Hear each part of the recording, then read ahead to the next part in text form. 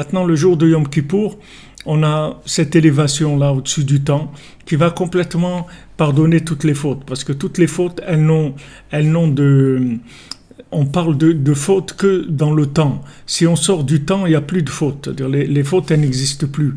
Les fautes, ça a été une exagération dans de la quantité, dans du temps, c'est-à-dire c'est quelque chose de démesuré. C'est ça la faute. La faute, c'est quelque chose de démesuré. C'est-à-dire on a exagéré dans un sens ou dans un autre. C'est ça ce qui s'appelle une faute. Mais normalement, tout est permis. C'est-à-dire Hachem, il a tout ce qu'il a mis sur terre, il y a toujours un côté permis. Il y a même un côté qui est positif, qui est un côté de mitzvah. Mais quand est-ce que ça commence à être interdit?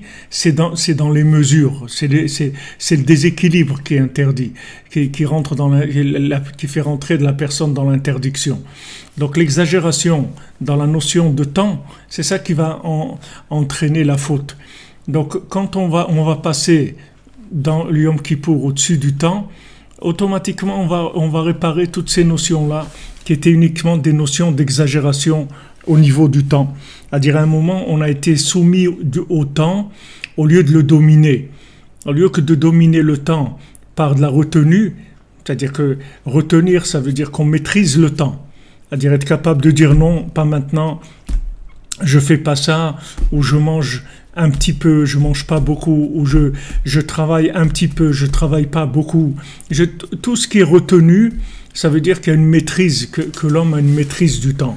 Maintenant, quand il n'y a pas de retenue, ça veut dire que l'homme il est soumis au temps. La machine, elle